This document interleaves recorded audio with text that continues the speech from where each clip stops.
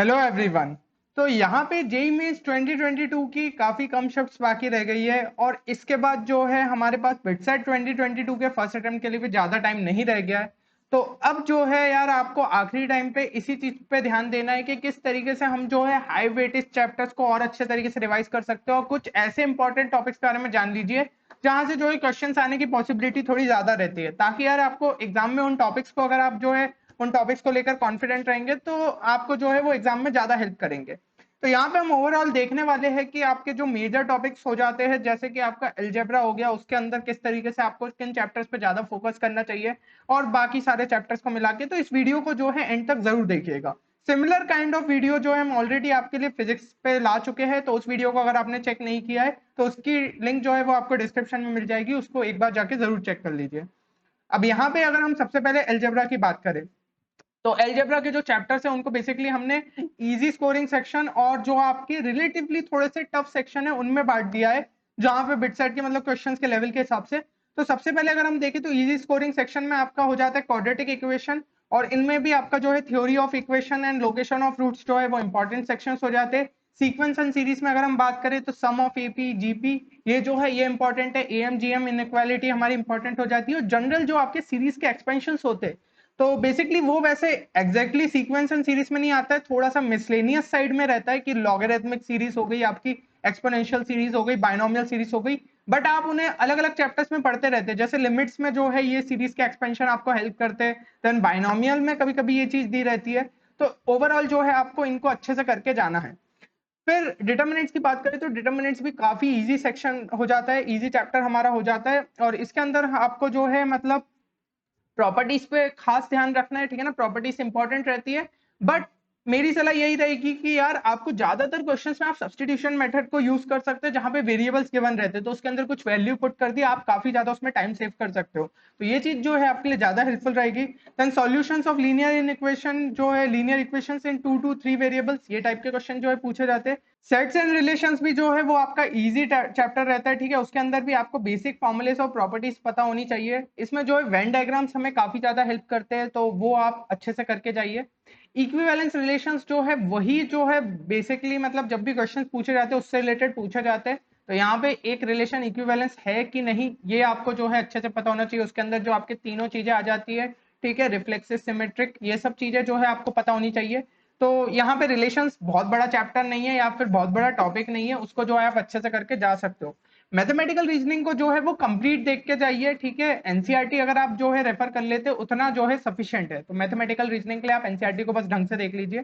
Same चीज goes for linear programming and linear inequalities.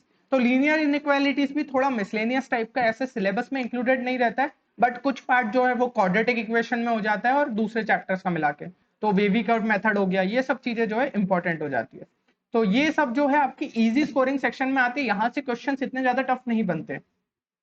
अब जो है रिलेटिवली टफ हो जाते हैं कौन से सेक्शन, क्योंकि मतलब देखिए बिटसाइड में आप जानते हो कि लेवल इतना ज्यादा टफ नहीं रहता है, जेई मेंस से आपका थोड़ा हल्का ही लेवल का मिलेगा और कुछ क्वेश्चंस जेई मेंस के लेवल के हो जाते हैं। तो यहाँ पे जो है आपके रिलेटिवली टफ में कॉम्प्लेक्स नंबर सबसे पहले आ गया। उसमें जो है रिपीटेड टॉपिक्स की अगर हम बात करें तो मॉड्यूलस और आर्ग्यूमेंट प्रॉपर्टीज रिलेटेड क्वेश्चंस जो है आपके बार बार रिपीट होते हैं। देन ट्राइंगल इनइक्वालिटीज बहुत इंपॉर्टेंट टॉपिक है, क्यूब रूट्स ऑफ यूनिटी जो है वो भी इंपॉर्टेंट है। फिर मैट्रिसेस में जो है आपका adjoint, transpose, inverse property based जो है क्वेश्चंस रहते हैं वो इंपॉर्टेंट हो जाते हैं। तो यहाँ पे जो है सिंपली ट्रांसफॉर्मेशन जो है आपको अच्छे से करते हुए आना चाहिए, ठीक है ना। आपको कुछ दे देंगे और किस फॉर्म में जो है आपको कन्वर्ट करना है, वो चीज में आपको प्रॉपर्टीज बहुत ज्यादा हेल्प करती है। पीएनसी में जनरली एप्लीकेशन बेस्ड क्वेश्चन पूछे जाते हैं, तो उस हिसाब से आपको चैप्टर को कंप्लीट करके जाना चाहिए। बायनोमियल में कोफिशिएंट सीरीज वाले क्वेश्चन जो है जनरली देखे जाते हैं, एंड जनरल टर्म से रिलेटेड कुछ क्वेश्चन। तो यहाँ पे जो हमने रिपीटेड टॉपिक्स की बात की है, पर इनके अलावा भी क्वेश्चंस तो आ ही सकते हैं। तो इन पे अगर आपने फोकस अच्छे से कर लिया, उसके बाद जो है पूरा चैप्टर को आप एक अच्छा आइडिया है तो आप एक बढ़िया स्कोर कर सकते हैं बिटसेट में। अब देखिए बिटसेट के लिए वैसे ज्यादा टाइम रह नहीं गया है, लेकिन कुछ चीजों का यार आपको खास ख्याल रखना है, नहीं तो अगर उनकी आपने जो है मतलब वो चीजों को आप करके नहीं गए तो बिटसेट में आप अपने स्कोर को लूज कर सकते हैं। सबसे पहले उसमें इंपॉर्टेंट ये भी चीज हो जाती है कि आप मॉक टेस्ट जो है टाइम टू टाइम दे।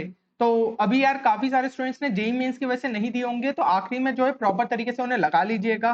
साथ ही साथ जो है एलआर इंग्लिश पे भी प्रॉपर तरीके से फोकस कर लीजिए। तो अभी भी अगर नहीं समझ में आ रहा है कि इन सब के लिए रेलिवेंट मटेरियल आपको कहाँ मिल सकता है, तो आप हमारी वेबसाइट पे विजिट कर सकते हैं, जहां पे आपको मॉक टेस्ट भी मिल जाएंगे, साथ ही साथ LR इंग्लिश का जो हमारा बैच था उसका भी एक्सेस आपको मिल सकता है। इसके अलावा कुछ ऐसे रिसोर्सेज है जो आपके लिए हेल्पफुल रहेंगे, जैसे कि शॉर्ट नोट्स हो गए, तो आखिरी टाइम में फॉर्मूलेस आपको हर चैप्टर के जो है अच्छे तरीके से रिवाइज होने चाहिए। Then question bank and DPPs में आपको जो है क्वेश्चंस प्रैक्टिस के लिए मिल जाएंगे, क्वेश्चंस जो कि आपके बिट सेट के लेवल को आपको एक बार आइडिया दे देंगे। तो ओवरऑल ये सारे रिसोर्सेज को आप जरूर चेक कर सकते हैं हमारी वेबसाइट 10qchallenge.in पे। अब हम अगले टॉपिक की बात करें तो वो हो जाता है हमारा 2D ज्योमेट्री, या फिर कोनिक्स और स्ट्रेट लाइंस को भी मिला के हम कह सकते हैं। तो इसके अंदर सबसे पहले जो है आपका स्ट्रेट लाइंस हो जाता है। इसके अंदर आपको सारे फॉर्म्स पता होने चाहिए स्ट्रेट लाइन के इक्वेशंस के, ठीक है। तो वो जो है आपको ये नहीं होना चाहिए कि एक से हम दूसरे में वहां पे बैठकर ट्रांसफॉर्म कर रहे हैं। सबका अगर डायरेक्ट आइडिया रहेगा तो अपन समझ जाएंगे कि यार ये इससे रिलेटेड क्वेश्चन है, तो अपन ने डायरेक्ट वो इक्वेशन को यूज किया। फिर फॉर्मूले सारे क्लियर रहने चाहिए। तो कोनिक्स में ओवरऑल जो है फॉर्मूलेस बहुत ज्यादा इन्वॉल्व रहते हैं, लेकिन अगर आपको फॉर्मूलेस का आइडिया है तो क्वेश्चंस जो है वो आपको इतने डिफिकल्ट नहीं लगेंगे। पेयर ऑफ स्ट्रेट लाइंस थोड़ा सा लेस इंपॉर्टेंट होता है, तो जो उसके बहुत ही इंपॉर्टेंट फॉर्मूले से उनको बस देख लीजिए, ठीक है ना, क्योंकि रिलेटिवली थोड़ा सा ये ऐसा आप कह सकते हैं कि थोड़ा डिफरेंट टॉपिक हो जाता है स्ट्रेट लाइन चैप्टर से। सर्कल्स की अगर हम बात करें तो उसमें सारे फॉर्म्स आपको जो है इक्वेशंस के पता होने चाहिए। देन आपको फॉर्मूले सारे क्लियर रहने चाहिए, और क्वेश्चंस जनरली जो है इसमें पैराबोला के साथ मिक्स्ड होके आते हैं, ठीक है। तो कॉमन टेंजेंट पूछ लिया या कुछ उसी टाइप के क्वेश्चन। तो यहाँ पे जो है आपको मतलब ये मत सोचिएगा कि एकदम प्योर मिल जाएगा कि सर्कल के ही उठा के पूछ लिया, तो ये चीजें आप एक्सपेक्ट कर सकते हैं। बाकी पैराबोला, एलिप्स और हाइपरबोला में आपको जो है सारे फॉर्मूलेस क्लियर रहने चाहिए, टर्मिनोलॉजीज क्लियर रहनी चाहिए, क्योंकि इनमें जो है काफी सारे नए टर्म्स आ जाते हैं, जैसे कि फोकस हो गया, ठीक है ना। तो ये सब जो है आपको अच्छे से क्लियर होना चाहिए। बाकी जो आपके सारी इंपॉर्टेंट प्रॉपर्टीज है, रिजल्ट्स है, उनसे डायरेक्ट क्वेश्चंस पूछ लिए जाते हैं। तो प्रॉपर्टीज कई बार जो है वो क्वेश्चन में ये दे देते हैं कि इस चीज को जो है प्रूफ करिए, है ना। आपने ऐसे क्वेश्चंस देखे होंगे कोनिक्स में, तो ये जो है डायरेक्ट इस रिजल्ट को उठा के जो है क्वेश्चन पूछ लिया जाता है। तो वहां पे बैठ के डेरिवेशन से अच्छा अगर वो रिजल्ट आपके दिमाग में है तो आपसे वो क्वेश्चन और जल्दी बन जाएगा। तो अगर आपने जो है क्वेश्चंस अच्छे से प्रैक्टिस किए होंगे तो ये चीज जो है वो आपको जरूर हेल्प करेगी।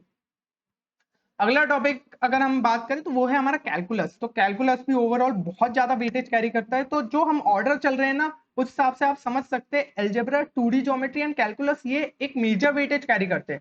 एंड कैलकुलस में भी जो अगर हम बात करें, डिफरेंशियल कैलकुलस का वेटेज हमारे इंटीग्रल कैलकुलस से ज्यादा होता है। तो यहाँ पे डिफरेंशियल कैलकुलस में जो है अगर हम बात करें कौन से टॉपिक्स जो है आपके इंपॉर्टेंट है, तो फंक्शंस में जो है ग्राफ्स को अच्छे से करके जाइए। ग्राफ्स की अगर अंडरस्टैंडिंग होगी तो कुछ क्वेश्चंस आप ग्राफ के बेसिस पे ही सॉल्व कर सकते हैं। देन डोमेन रेंज वाले क्वेश्चंस को आप एक्सपेक्ट कर सकते हो। लिमिट्स में स्टैंडर्ड लिमिट बेस्ड क्वेश्चन आते हैं, ठीक है ना, तो लिमिट के फॉर्मूले सारे पता होने चाहिए।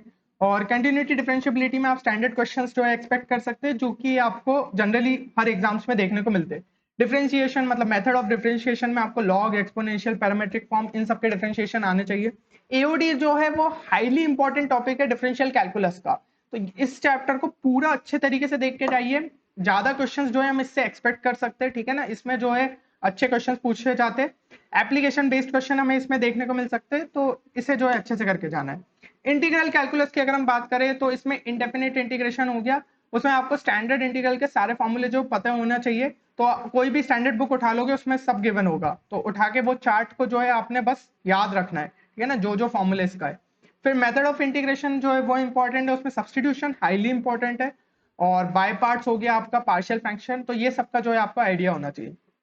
डेफिनेट इंटीग्रल जो इंटीग्रेशन जो है वो मोस्ट इंपॉर्टेंट है इंटीग्रल कैलकुलस में। इंटीग्रल कैलकुलस में भी अगर हम इन चैप्टर्स पे जो है मतलब ऑर्डर समझे ना, तो उसमें डेफिनेट इंटीग्रेशन जो है वो मोस्ट इंपॉर्टेंट है। उससे रिलेटेड प्रॉपर्टीज जो है वो बहुत ज्यादा इंपॉर्टेंट हो जाती है, और definite integral as a limit of sum, इससे रिलेटेड क्वेश्चन हमें कभी कभी देखने को मिलते हैं। एरिया अंडर द कर्व थोड़ा सा जो है कम पूछा जाता है, मतलब अगर इंटीग्रल कैलकुलस से जो क्वेश्चन आ रहे, बट उसके बारे में आइडिया होना चाहिए क्योंकि ईजी ही रहता है क्वेश्चन। अब अगले इसकी अगर हम बात करें तो वेक्टर्स, 3D एंड ज्योमेट्री, इनके तो आपको सारे फॉर्मूलेस पता होना चाहिए, क्योंकि डायरेक्ट फॉर्मूला बेस्ड क्वेश्चन यहाँ से देखने को मिलते हैं। तो वेक्टर्स, 3D और ज्योमेट्री में जो है यार काफी फॉर्मूलेस है। तो ये चीज हमें समझ में आ रही है कि फॉर्मूलेस बहुत अच्छे से क्लियर होने चाहिए। देखिए क्योंकि बिट सेट में आपको 130 क्वेश्चन करने हैं 180 मिनट्स के अंदर। तो ये चीज तो होगी कि कुछ क्वेश्चंस हमें डायरेक्ट फॉर्मूला बेस्ड दिखेंगे, तो अगर फॉर्मूलेस याद होंगे तो वहां पे आपको सोचने की बिल्कुल भी जरूरत नहीं है, आपने आंसर को टिक किया और आगे बढ़े। तो ये चीज का ध्यान रखिए। अब ये जो ओवरऑल हमने वेटेज के बारे में बात करी है यार, हो सकता है कि इससे रिलेटेड हमें अलग क्वेश्चन भी देखने को मिले, तो कुछ भी छोड़ के तो बिल्कुल नहीं जाना है। लेकिन इन सब पे जो है अभी लास्ट टाइम पे रिवीजन के टाइम पे कर रहे हो तो एक्स्ट्रा फोकस कर देना, क्योंकि यहाँ से जब मैं बात कर रहा हूँ कि यहाँ पे रिपीटेड कॉन्सेप्ट देखने को मिल रहे हैं, तो हमने अपने जब स्टूडेंट से बात की तो हमें ये चीज पता चली है कि हर सेट में जो है उन्हें इस टाइप के क्वेश्चन रिपीट होते हुए दिखे। और बाकी जो आपके कुछ चैप्टर्स हमने छोड़े हैं जैसे कि प्रोबेबिलिटी, स्टैटिस्टिक्स, डिफरेंशियल इक्वेशन, तो इनके लिए आप ब्रोशर को जो है रेफर कर लीजिए, क्योंकि वहां पे आपको दिख जाएगा कि कौन कौन से जो है मतलब टॉपिक्स आपके गिवन है, तो उन सबको जो है आप एक बार अच्छे से देख सकते हो। तो यहाँ पे हमने यार मैथ्स को जो है आपके लिए कवर अप कर दिया है कि कौन कौन से सब टॉपिक्स पे आप ज्यादा फोकस कर सकते हो। अगर आप सिमिलर वीडियो चाहते हैं केमिस्ट्री पे तो एक बार कमेंट सेक्शन में जरूर मेंशन करिए। साथ ही साथ ये भी मेंशन करिए कि यार आप कितना स्कोर जो है वो टारगेट कर रहे हैं बिटसाइट 2022 फर्स्ट अटेम्प्ट के लिए, और अगर आप सेकंड अटेम्प्ट को ज्यादा टारगेट कर रहे हैं तो वो चीज भी जो है आप मेंशन कर सकते हो। बाकी मिलते हैं अगले वीडियो में, तब तक के लिए take care and good bye.